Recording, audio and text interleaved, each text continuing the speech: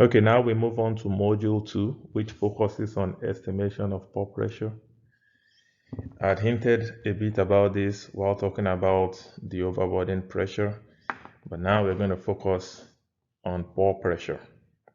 So pore pressure is a scalar value, just one value, and it represents the pressure in interconnected pore spaces, or better still, the pressure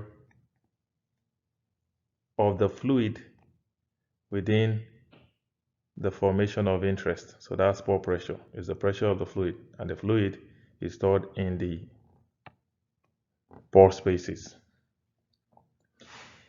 And you're going to see on the next slide how we calculate it. But before we talk about that, I'd introduce this concept that this is your well. If you drill from the surface, this is the Earth's surface, to the formation of interest, and the fluid gets right to this level, then the pressure is what? Pressure is hydrostatic, because it basically means there is some connection, there is an hydraulic connection between the fluid in the formation and water at the Earth's surface, so that the pressure at this depth is rho GH, the density of water, rho WGH, right?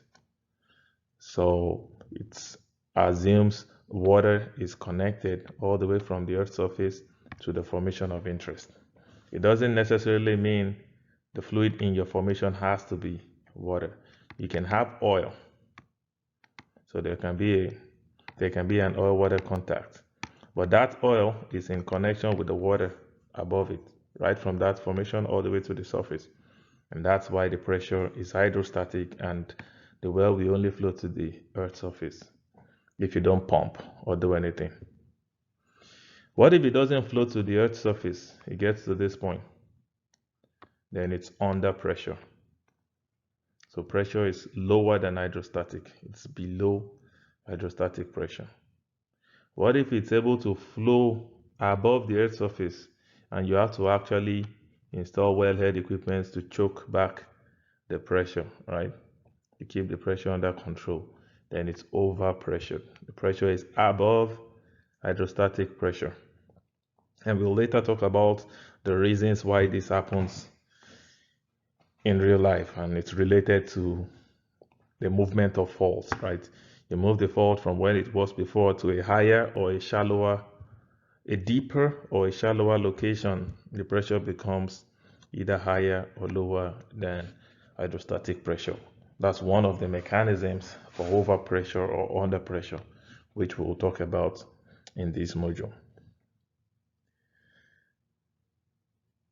And that's pretty much the general idea on pore pressure on this slide. And we move on to talk about how to estimate it.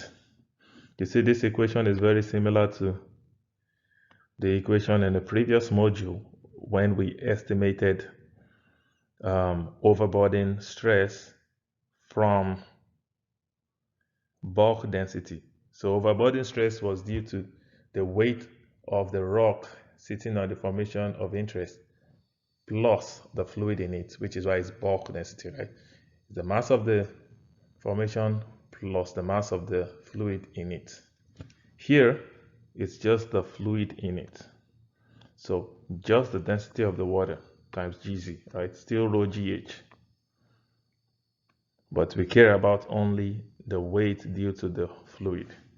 And that's what pore pressure is, or hydrostatic pore pressure can be calculated this way. If it's not hydrostatic, meaning it can either be higher or lower, then of course you're not going to get it from this equation. We have other ways to estimate those.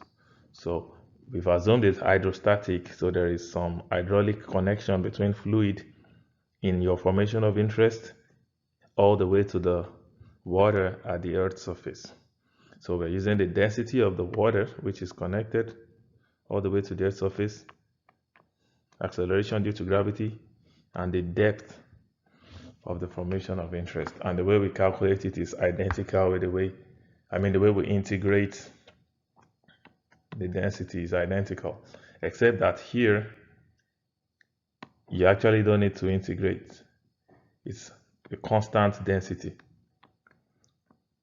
which is density of water times the gravity times h. So we're putting an integral here, but it's just one density for water multiplied by g and the depth, and you're done.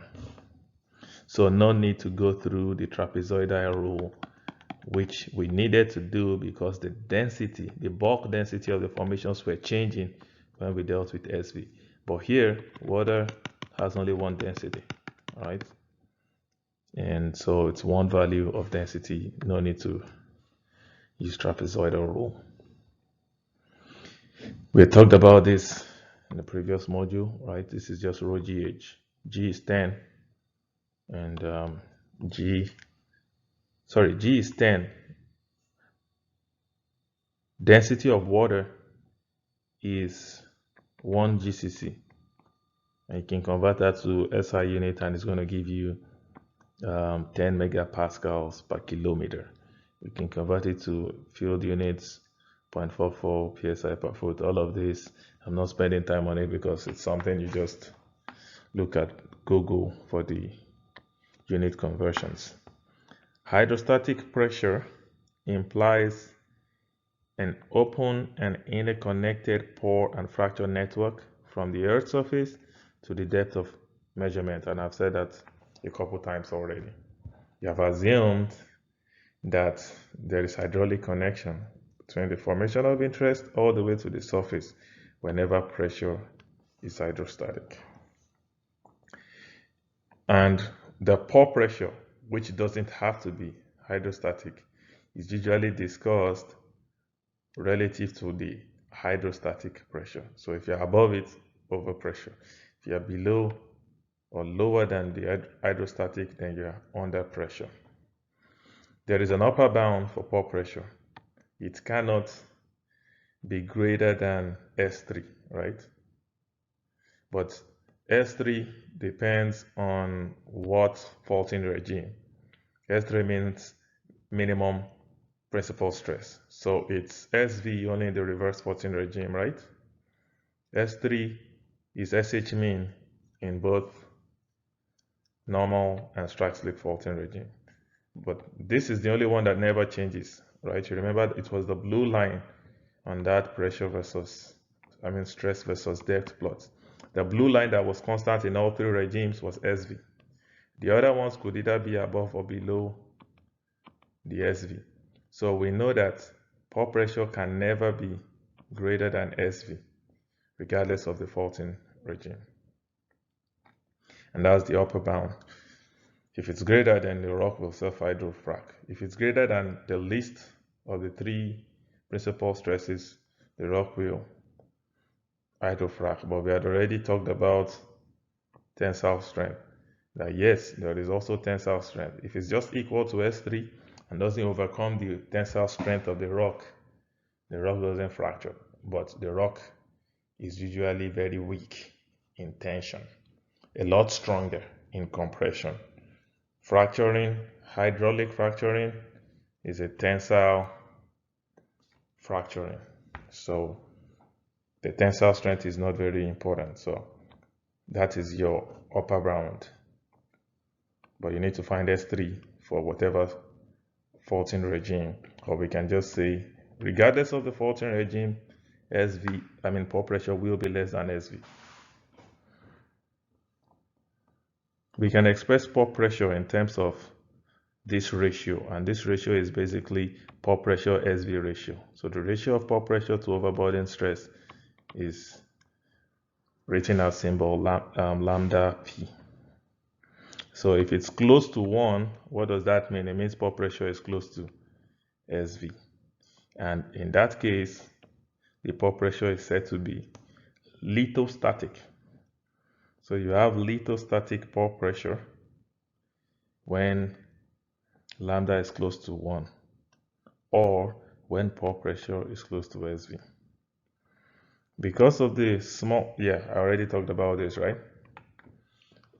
Tensile strength of rocks, very weak. Compressive strength, much higher. That's why we just talk about pore pressure being less than S3. Otherwise, the rock will self-hydrofrack.